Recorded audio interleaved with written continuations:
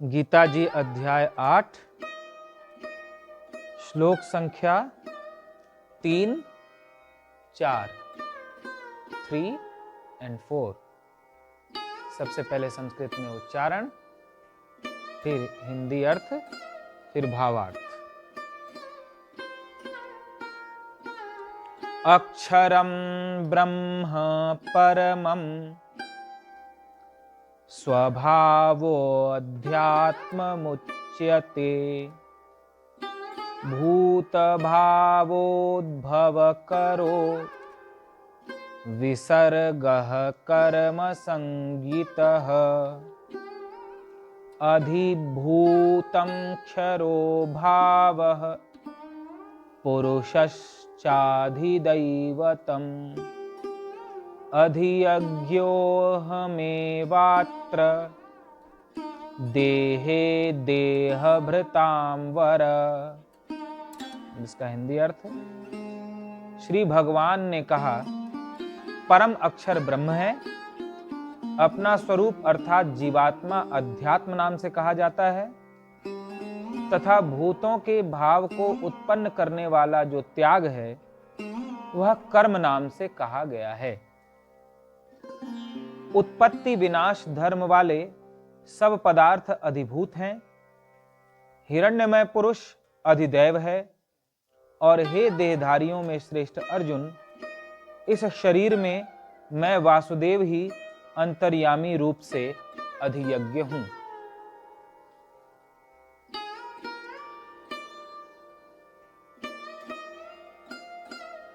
भगवान को पाना कठिन नहीं है, भगवान को पाने की इच्छा होना कठिन है। अध्यात्म पाना दुर्लभ नहीं है, अध्यात्म पाने की ललक होना दुर्लभ है। ब्रह्म ज्ञान पाना बहुत कठिन नहीं है, किंतु ब्रह्म ज्ञान पाने की कामना होना बहुत कठिन है। जिस दिन किसी के हृदय में भगवान के दर्शन की कामना उत्पन्न होती है, स्वयं को जानने की भावना उत्पन्न होती है, वह दिन ही उसका पूरे जीवन का, जन्मों जन्मों का सौभाग्यशाली दिन होता है। आत्म जिज्ञासा यानी स्वयं को जानने की जिज्ञासा भगवान की कृपा से होती है। जन्मों जन्मों की साधना से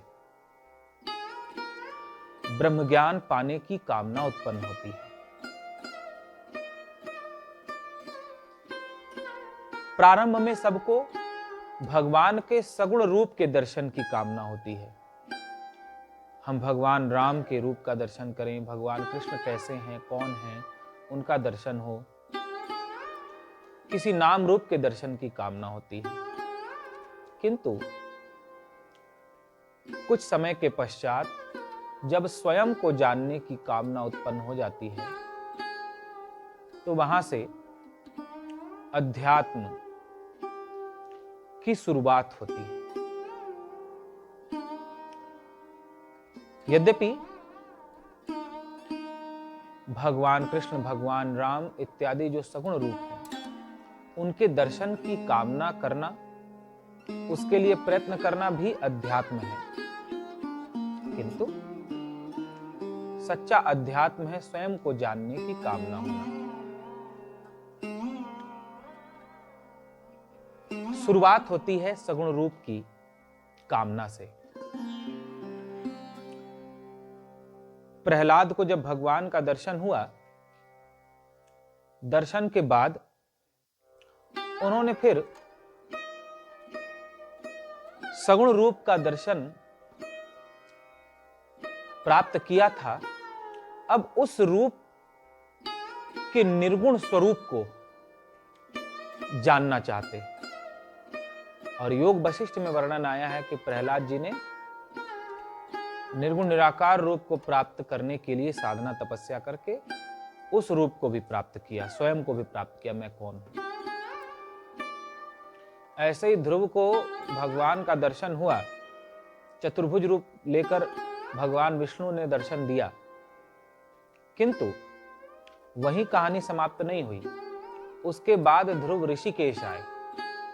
ऋषिकेश में गंगा जी के किनारे एक गुफा में बैठकर तपस्या करने लगे, निर्गुण रूप को प्राप्त करने के लिए, स्वयं को जानने के लिए कि मैं कौन हूं। वहां गंगा जी का प्रवाह बहुत तेज था। ध्रुव जी ने कहा, मां तुम इतनी जोर से बहती हो, आवाज तुम्हारी बहुत आती है, मेरे ध्यान में बाधा होती है, तो मैं यहां से चला जाऊंगा। तो गंगा मैया ने कहा, तुम जाओ मत, मैं यहां पर निशब्द हो जाती हूं, यानी शमशांत हो जाती हूं। गंगा मैया का वेग वहां पर कम हो गया, शांत होकर गुफा के सामने बहती हैं। ऋषिकेश में ध्रुव गुफा है, आज भी श्रद्धालु उसके दर्शन के लिए जाते हैं। तो तब करके उन्होंने भगवत कृपा से फिर स्वयं को जाना। चतुर्भुज रूप का दर्शन तो कर लिया था 5 वर्ष की अवस्था में, सगुण रूप का दर्शन, लेकिन सर्वव्यापक निर्गुण रूप उन्हें बाद में तप करके साधना के द्वारा प्राप्त हुआ। तो शुरुआत तो हो जाती है सगुण रूप के दर्शन की कामना से, किंतु जब तक मैं कौन हूं, कहां से आया हूं, इसकी जिज्ञासा हृदय में नहीं उत्पन्न होती, वह सही अर्थों में संपूर्ण आध्यात्मिक नहीं हो पाता। संपूर्ण आध्यात्मिक वही है जिसे स्वयं को जानने की कामना उत्पन्न होती है, स्वाभाविक उत्पन्न होती है। अर्जुन के हृदय में ये जो प्रश्न उठे हैं, ये बड़े महत्वपूर्ण प्रश्न हैं। ये प्रश्न जिज्ञासु के प्रश्न हैं।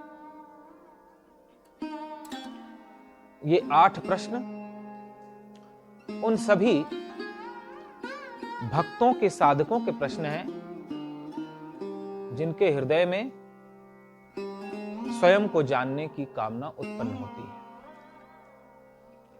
पहला प्रश्न किया है अर्जुन ने, किम तद ब्रह्म, ब्रह्म क्या है। भगवान ने कहा, अक्षरम ब्रह्म परमम, परम अक्षर ही ब्रह्म है। बताया था अक्षर और क्षर ये 2 चीजें हैं। क्षर यानी क्षरने वाला, नष्ट होने वाला, जो नष्ट हो, परिवर्तित हो, उसे कहते हैं क्षर। और अ लग गया पहले, अक्षर, जो कभी नष्ट नहीं होता, कभी परिवर्तित नहीं होता, जो सदा एक जैसा रहता, उसे अक्षर कहते हैं। यह शरीर हो, पृथ्वी हो, जल हो, वायु हो, अग्नि हो, आकाश हो, या ब्रह्मांड हो, अस्तित्व हो, इसके पहले एक अविनाशी परम तत्व था जो कभी नष्ट नहीं होता। उस अविनाशी में ही यह सब कुछ जन्म लेता है और उसमें ही सब विलीन हो जाता है। तो वह अविनाशी जो इस सब के पहले भी था, जिसमें सब वास करता है और जिसमें सब विलीन हो जाता है, वही ब्रह्म कहलाता है, जो कभी किसी काल में क्षरता नहीं, नष्ट नहीं होता। वही ब्रह्म है, वही परमात्मा है। दूसरा प्रश्न किया, किम अध्यात्मम, अध्यात्म क्या है।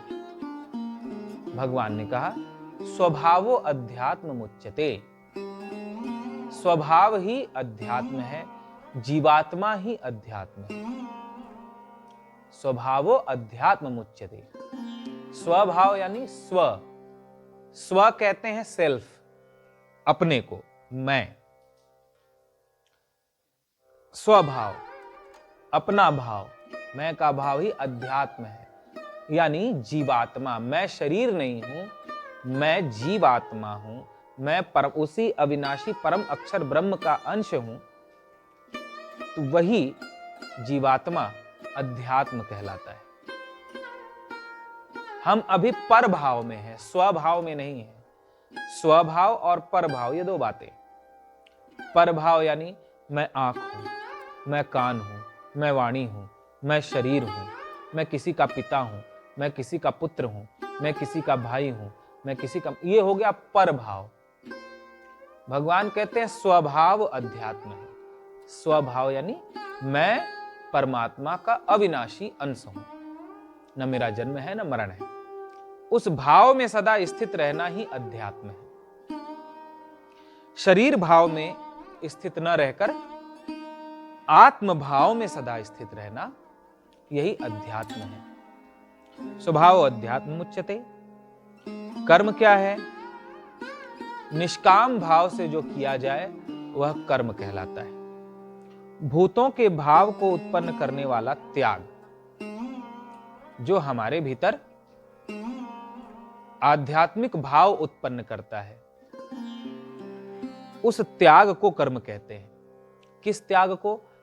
फल के त्याग को, इच्छा के त्याग को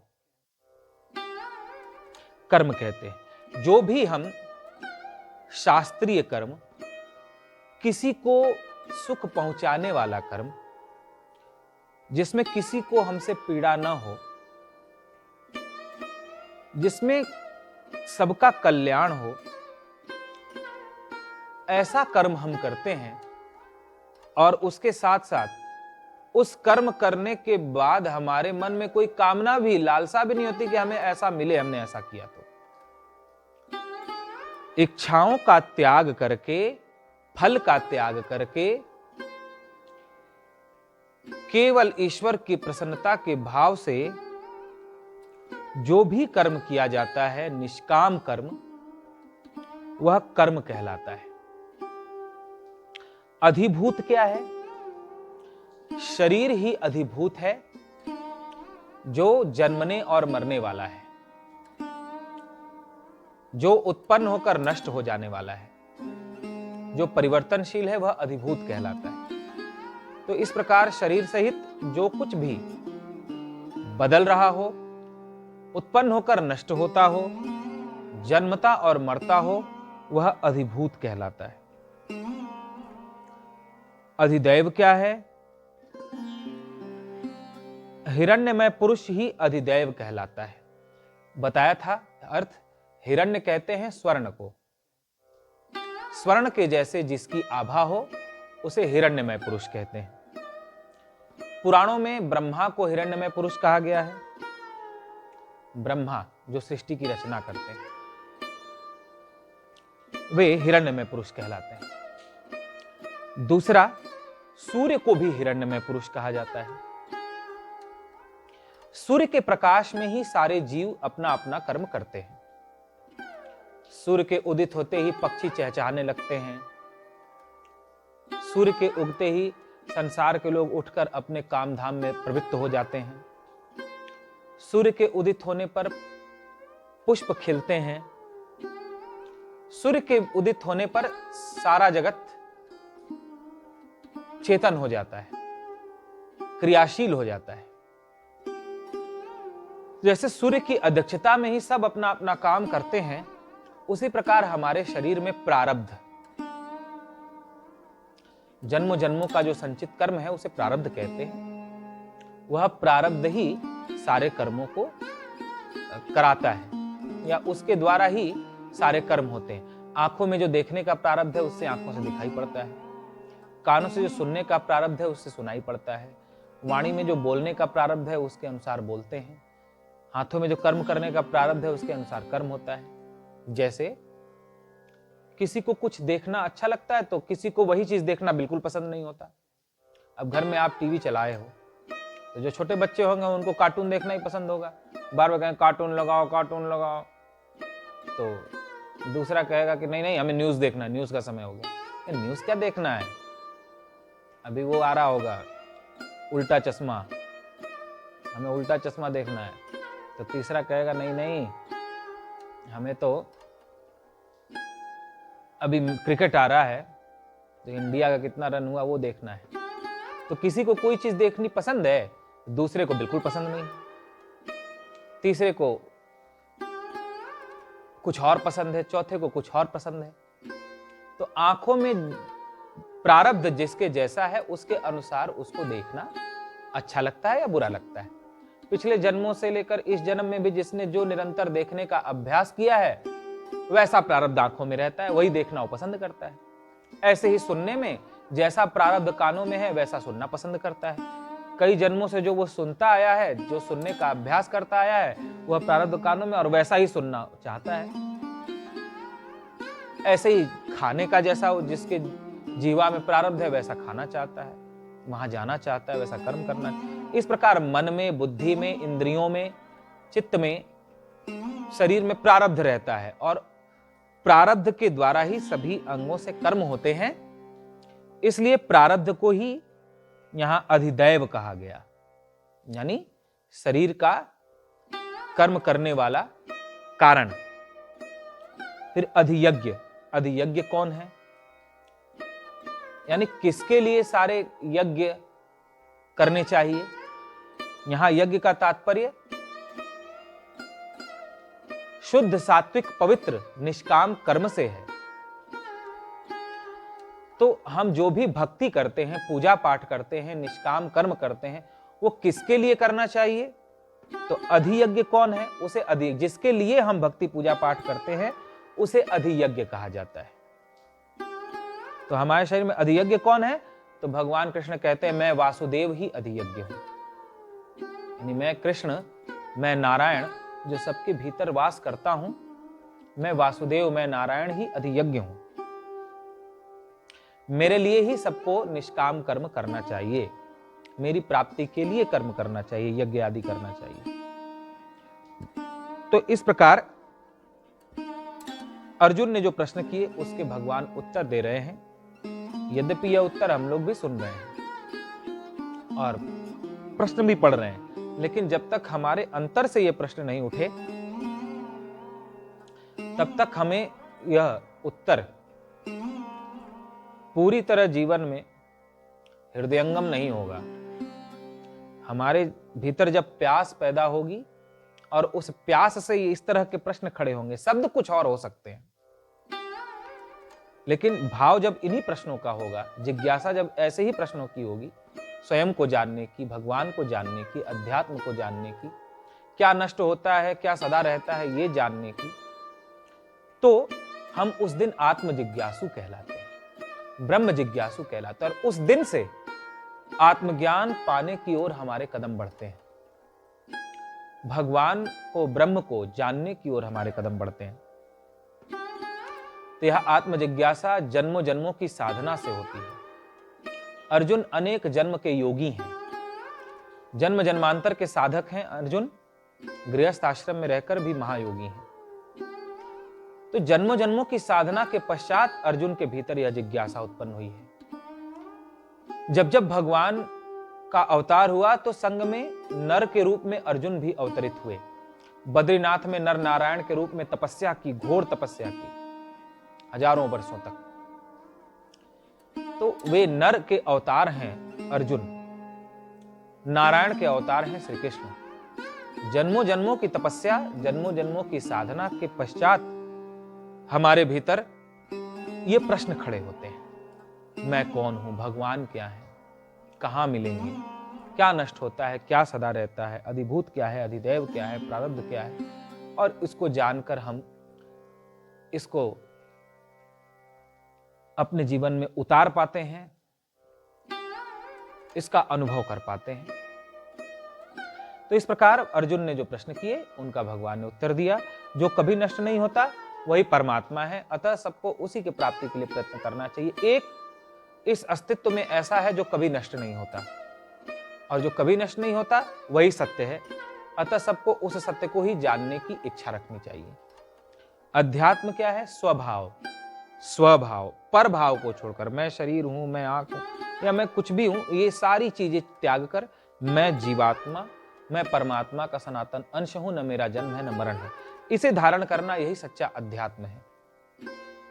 निष्काम भाव से कर्म के फल की इच्छा छोड़कर करना यह कर्म है। जो नष्ट हो जाता है वह अधिभूत है, उससे मोह नहीं करना चाहिए, लगाव नहीं रखना चाहिए। और प्रारब्ध ही अधिदैव है, जिसका जो अभ्यास किए रहता है जन्मों जन्मों से, उसको वही अनुकूल या प्रतिकूल लगता है, उसके अनुसार ही वो खाता पीता समस्त कर्म करता है। तो प्रारब्ध ही अधिदैव है। अतः यदि आप भगवत भक्ति का अभ्यास करते हो तो भक्ति का प्रारब्ध निर्मित होता है, फिर आपको भक्ति करने में आनंद आएगा। जैसे आपने दूसरी चीजों का अभ्यास किया है तो दूसरी चीजों में आनंद आता है, ऐसे ही निरंतर भक्ति का अभ्यास करोगे तो भक्ति का प्रारब्ध निर्मित होगा और फिर भक्ति भाव में अध्यात्म में आनंद आएगा। तो प्रारब्ध ही अधिदैव है जिसके द्वारा समस्त कर्म होते हैं, तथा अधियज्ञ भगवान विष्णु ही, भगवान नारायण ही अधियज्ञ हैं। समस्त कर्म यज्ञ इत्यादि भगवान के लिए करना चाहिए, किसी भोग के लिए या कामना पूर्ति के लिए नहीं। ये अर्जुन के इन प्रश्नों का भगवान ने उत्तर दिया। फिर जो अर्जुन का प्रश्न है अंतिम, कि अंत काल में आप पुरुष योगियों के द्वारा कैसे जाने जाते हैं, या देह त्याग करते समय कोई आपको स्मरण करते हुए देह त्याग करे तो कैसे प्राप्त करता है, यह आप मुझे विस्तार से बताएं। तो भगवान अब इस प्रश्न का उत्तर विस्तार से आगे देते हैं, जिसे हम लोग कल से श्रवण करेंगे। किसी को कुछ पूछना है तो पूछ सकता है। बोलिए गीता माता की जय।